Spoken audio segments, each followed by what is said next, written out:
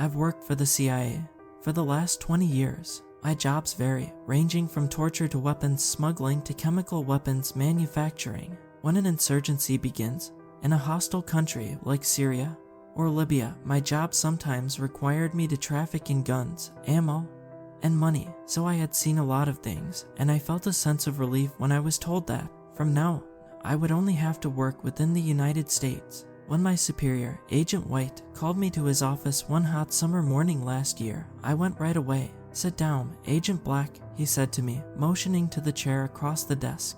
"Do you want coffee?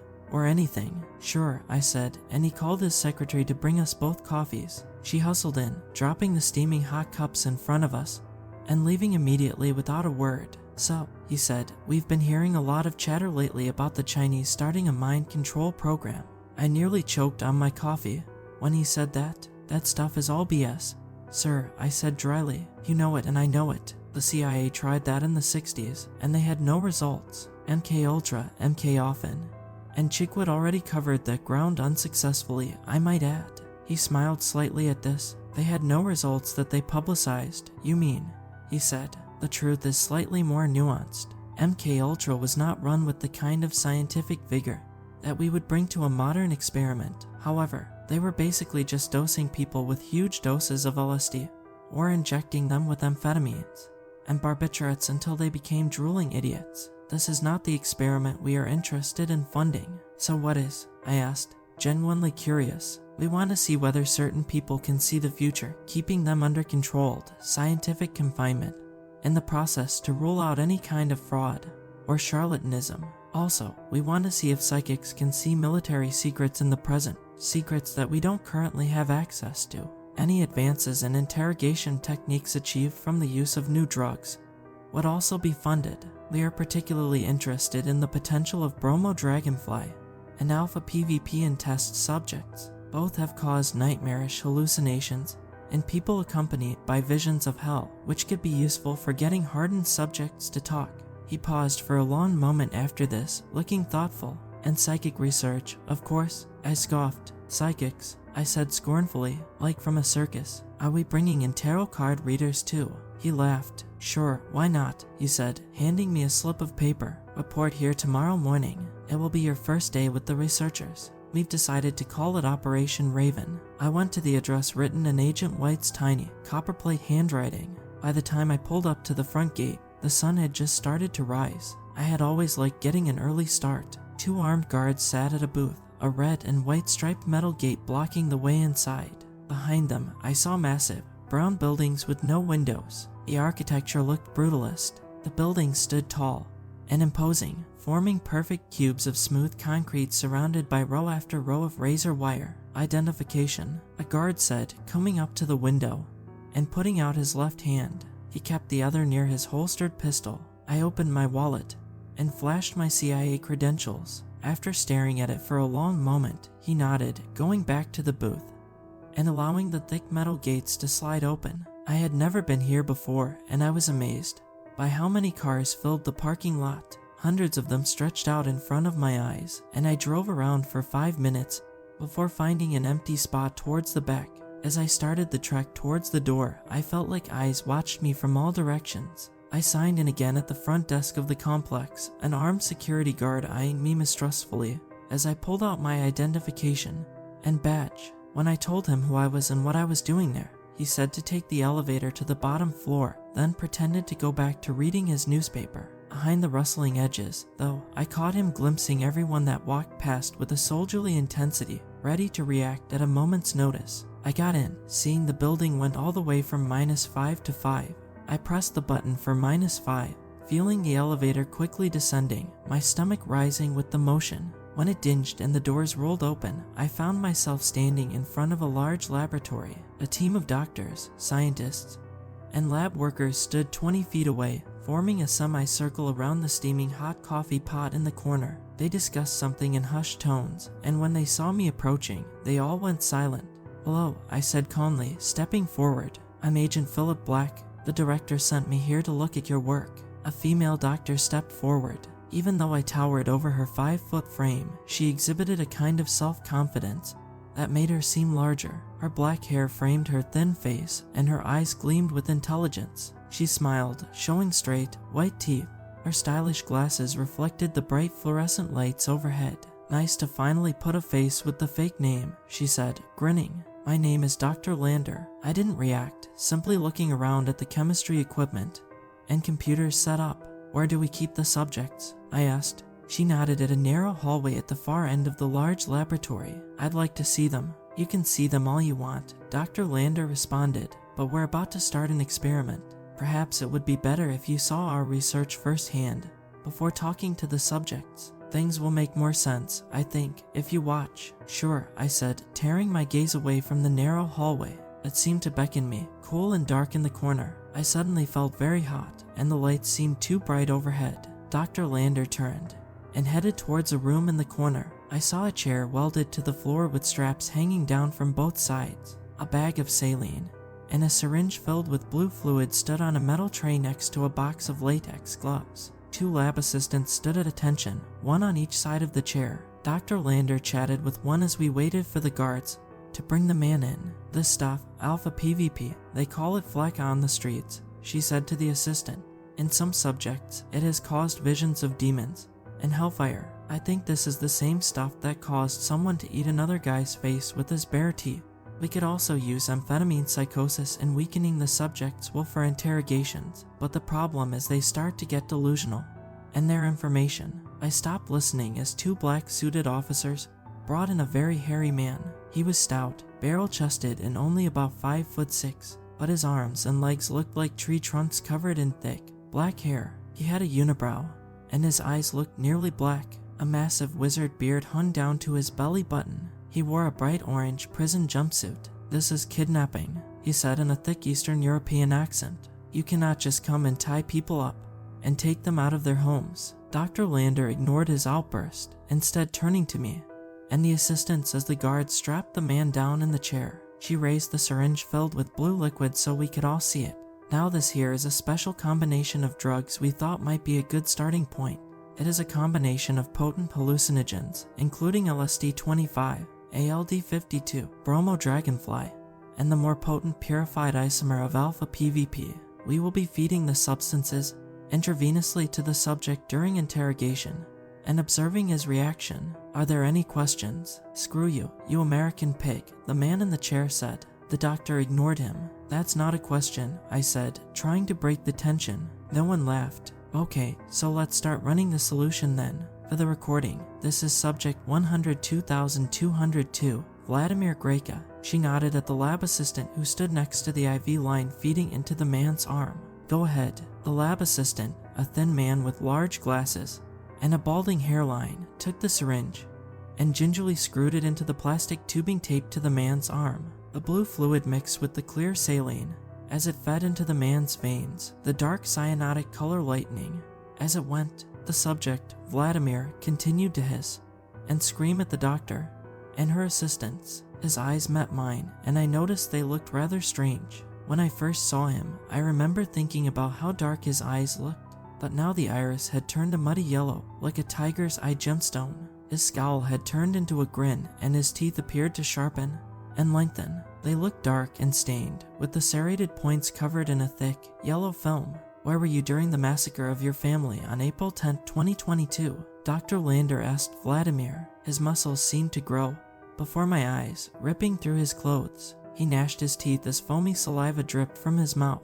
She sighed. "Okay, prepare round 2 of the drug combination on my." "I was with my family, of course, you stupid wench," Vladimir said, his voice deepening and turning into a growl. The black hair on his body looked like it had grown, and even his hands and face were now covered. I had changed. I was hungry, so hungry. They tried running through the forest, but I could see far better in the darkness than they could. I took them one by one, ripping them apart as they screamed and begged for mercy. That was my own wife and 3 daughters. He leaned forwards in his chair as claws sprouted from his fingers, as white as ivory and as sharp as scalpels. "So what do you think I'll do to you when I get out of this goddamn chair?" With a roar, the beast in the chair pulled against the straps. For a few moments, it looked like they would hold, And then, with a ripping noise, they all gave way at once. The man had fully transformed into a wolfish abomination, and silver streams of saliva ran from his grinning mouth.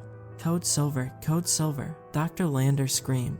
As she began to run towards the door, the thin male lab assistant stood there, quivering and trembling, the bald spot on his head turning a bright red. The other assistant, a young blonde woman, sprinted past me. I stood there shocked for a moment, not knowing what to do, but my instinct screamed at me to stay with Dr. Lander. Without waiting to see what would happen, I turned and started sprinting for the door. Shut the door, shut the door, Dr. Lander cried as the three of us ran out of the room. I looked at the heavy steel door with its shatterproof glass window. What about your assistant? I said. She shook her head. It's too late. He's already dead. Close the door before it gets out. She shoved me aside as her and the blonde assistant each grabbed an edge. With a groan, they slammed it closed. Dr. Lander bent over double, hyperventilating. She looked up at her assistant. Good job, Casey. Quick thinking. I looked in the window pane and saw the male assistant running towards the door, covered in blood. He definitely was not already dead. I gave Dr. Lander a skewed, mistrustful look. Let me out, please, the assistant pleaded as he slammed his bloody fist against the small window. With glowing, yellow eyes and greasy, black fur covering every inch of his body, Vladimir looked like something straight out of a medieval textbook on occultism. He leapt high into the air and came down on the assistant's back, clawing and gnashing his teeth as shreds of fabric, and drops of blood flew everywhere. Dr. Lander stared into the room, her eyes as emotionless as that of a marble statue. The blonde assistant shifted nervously from foot to foot, her face flickering from Dr. Lander to the window and back again. Aren't we going to help? Casey, the blonde assistant, said. A moment later, the wall shook as the werewolf slammed into the male assistant again, knocking him to the floor. I saw the assistant smear his own blood all across the white walls as he tried to crawl away from the beast, holding one side of his neck with his left hand. Bright red blood spurted between his fingers and soaked his lab coat. The beast jumped and flew across the room. The assistant twisted his body so that he was laying on his back, putting his arms out in a defensive posture. In a blur, the werewolf landed back on top of the prone man. It began clawing at his chest and face as the assistant to put his hands up and shield his eyes. I saw its claws slice through his fingers like a sharp knife through hot butter. The 4 digits fell to the side, the man's spurting hand still raised high in the air. As he lay on the ground, I heard his gurgling breaths as he began choking on his blood. I heard Casey gasp and suppress a cry of horror as she watched the final moments of the brutal act. In a show of mercy, the beast knelt down and placed his ivory white teeth over the male assistant's throat. Then he bit deeply into the man's neck, and with a sickening spray of blood and a ripping sound, finally killed the poor bastard. Well, that was a massive failure, I said spitefully as we walked away from the gruesome murder scene. Why would you say that? Dr. Lander asked politely, her large, brown eyes turning to regard me. I mean, your guy is definitely dead, I responded with incredulity. Is that not a problem? Do you go through assistants like toilet paper here? Sometimes to make an omelet, you have to crack a few eggs, right? Dr. Lander answered, smirking. Casey was sweating heavily and shifting uncomfortably from leg to leg. I think she may have been reassessing her career choice at that moment. That was actually the most information we have gotten out of Vladimir so far. Normally, he just blacks out when the topic of his family is brought up, so the hallucinogenic drug mixture is already exceeding expectations. I think we need to try it again on a few more people. But anyways, we have another experiment planned within a few minutes. We'll put a pin in this for now. The werewolf continued to shred the dead body in the interrogation room behind us. I heard bones cracking and ripping, squelching sounds. I hope the next one isn't so. What? I inquired. Dr. Lander only gave me a cryptic half smile. Once the notice for Code Silver got relayed to the ground floor, chaos broke out. A team of men in bulletproof vests and military gear came running out of the elevator, heading in the direction of the interrogation room. I saw they carried special long-barreled tranquilizer guns rather than automatic rifles. What do you use to put down a werewolf? I asked, genuinely curious. I watched as one soldier flung open the door and a few others stuck their guns in. I heard soft popping sounds as they fired. Within seconds, they pulled them back out and the door slammed shut again. Oh, it's a special blend we developed here, she said. Normal tranquilizers don't work on them. A super potent opioid like endorphine that would take down an elephant just slows them down. So we use a combination of endorphine, carfentanil, and phencyclidine. Even that is sometimes iffy, and it takes a massive dose just to sedate them. They have a very strange neuropharmacology compared to normal animals. For some reason, they're highly susceptible to synergistic effects from NMDA antagonists, yet a pure opioid agonist has little effect. Yeah, I really don't know what that means, I said. We came to another cell with a clear plexiglass shield covering the entire front entrance. I peered through, wondering what other oddities lay down here in the heart of Operation Raven. I looked back down the steel-reinforced halls just in time to see 3 men in SWAT gear dragging Vladimir's unconscious body along the floor. He had partially returned to his human state. Now he looked more like a Neanderthal covered in thick black hair, his strange claws fused to the stubs of his fingers. His face was saturated with coagulated blood, pieces of gore, and shredded skin stuck to the entire front of his now naked body. Remnants of his orange jumpsuit littered the hall, small pieces of bloody cloth falling to the sides as they pulled him by his arms towards another nearby metal cell with a bulletproof glass front. Okay, our second experiment for the day. It's a little different, Dr. Lander said, as she stopped in front of another cell. Looking down the hallway, I saw that each of the rooms on both sides had prisoners. Most were men, but I saw some women, and even a few children locked behind the glass walls. I estimated that at least 50 people must live here as subjects in hellish experiments. Dr. Lander pointed at a woman laying on her steel bed, her face turned away from us towards the wall. I saw a few photos on the walls, mostly pictures of small children grinning for the camera in their best clothes. Mrs. Weber, Dr. Lander said politely, her light voice echoing off the cold metal and concrete walls of the building. Can we please talk to you? The woman continued to ignore us. Okay, well, we're coming in. You know the rules. Dr. Lander nodded at Casey, who quickly took a massive ring of keys out of her pocket. With a click, she turned the lock in the ballistic glass front. The clear glass door slid to the side. I looked down the hall and saw a couple armed guards watching us with consternation. They're probably afraid of another code silver, I thought to myself as I entered the cell. This is subject 171,041, Mary Weber. For the recording, Dr. Lander began. Mrs. Weber still just stared at her wall, refusing to talk or turn her body. All I could see of her was auburn hair and an orange prison jumpsuit. I wondered if she was dead, or perhaps in a deep catatonic state, like some schizophrenics experience. What's the point of this? I asked in a low voice to Dr. Lander. Can this woman even talk? Yes, she is physically capable of speech, Dr. Lander said, which didn't seem like an answer to the question. We just have to get it out of her. What are we testing? I asked. Psychic research, she answered. Mrs. Weber here is capable of seeing events occurring in other parts of the world. Remote viewing, I believe they call it. Her powers extend beyond that, but I'd like to see if we can get any results on smaller details before moving on to larger ones. Dr. Lander turned away from me towards Casey. Okay, let's flip her over. Mrs. Weber, we're going to move you so that we can have access to you during the experiment. She nodded at Casey, and with a grunt, they spun Mrs. Weber around to face us. When I saw her face, I gasped. Her eyes shone a bright red, without pupil or iris. Covered in a film of blood, they looked demonic, vampiric even. Yet the blood, if that's what it was, didn't overflow. No crimson tears flowed down her face or stained her eyelids. She didn't look old, perhaps in her late 30s. She might have been pretty with her wavy, auburn hair and creamy, white skin, yet the bloody demon eyes and blank, statuesque expression on her face ruined whatever beauty she possessed. Mrs. Weber, if you ever want to see your family again, you have to cooperate with us, Dr. Lander said, her tone cold. I thought the use of the word seemed politic under the circumstances. When Mrs. Weber's face continued to show as much expression as a statue's, Dr. Lander turned to the assistant. Please give the injection. Casey took a needle out of her pocket. It had a colorless liquid inside of it. Is this stuff similar to the last experiment? I asked nervously, taking a step back. Lad, whatever.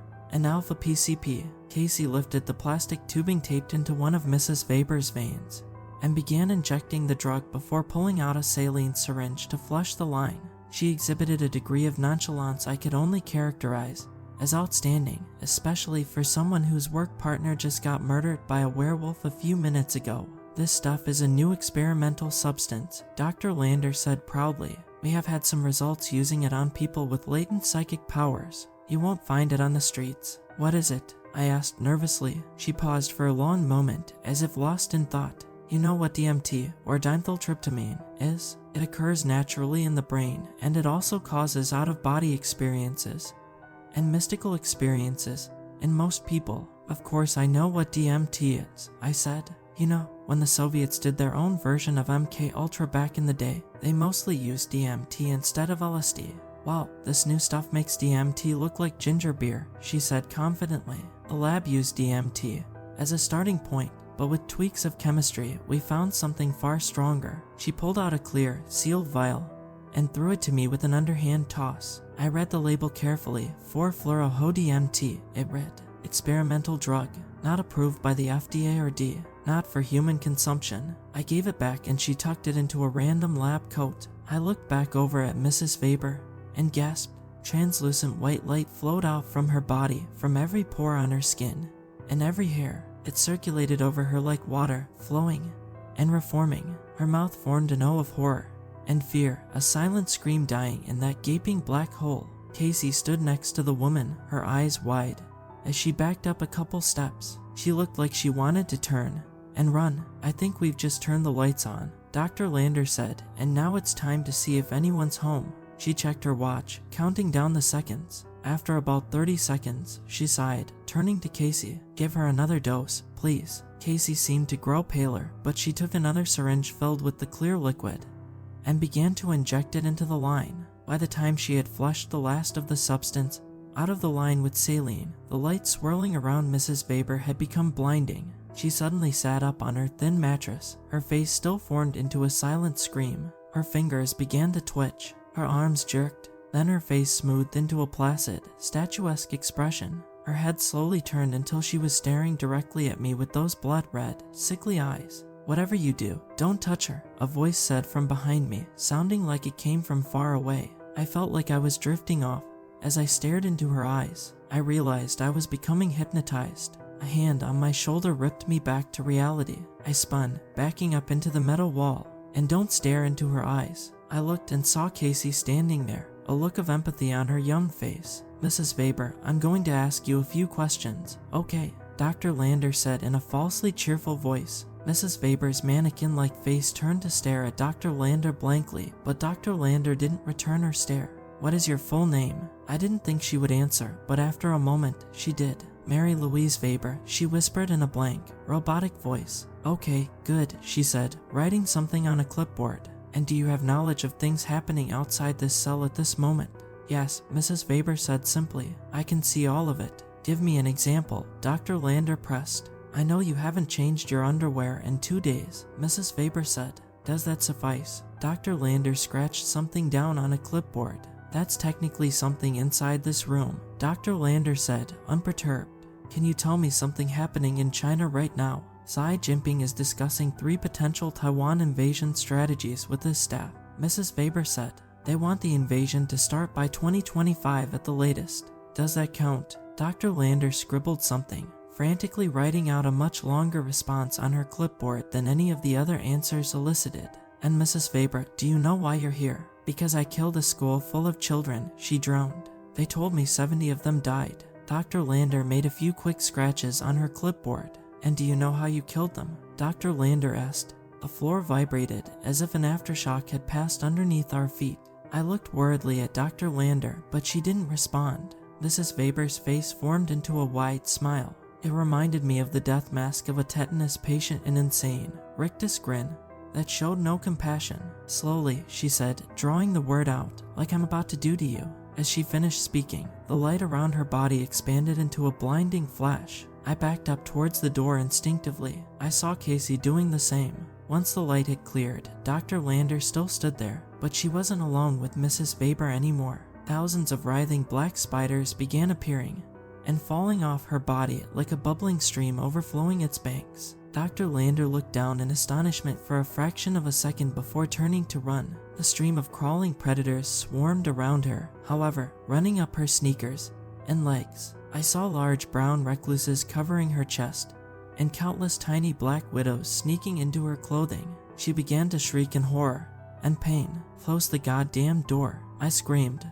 Casey, and I both started pushing on the sliding glass door as the spiders swarmed towards us. A few crossed the threshold, and a rising sense of panic began to overtake me. Then, with a bang, it flew shut, slicing some of the larger brown recluses in half. A small stream of a few black widows skittered towards my shoes, but I began stomping them, seeing their tiny bodies squashed onto the concrete floor below. Next to me, I heard Casey breathing hard, muttering some incomprehensible prayer. I looked back in the cell and saw Dr. Lander stumbling around, a sprinting human pillar of spiders. They swarmed in her mouth and her ears, and eyes and nose, biting, skittering, and jumping all over her body. She shrieked over and over, trying to pull them out of her mouth and nose, trying to smash her body against the wall to kill them. But after a few more seconds of countless bites, her voice began to give out. She tried to walk towards the door, putting her arms out towards us, then stumbled and fell. Her arms and legs still twitched as she died on the cold floor below us. "We'd better go call a code black for this," Casey said regretfully. Yeah, you're right," I said. "I'm sure the guards will love this one." Casey shrugged. "They're used to it," she said. "This project is going to need a lot of work," I said, turning to face Casey. "Do you still want to be a part of Operation Raven after all this?" "As long as you're in charge," she said, smiling. "Always."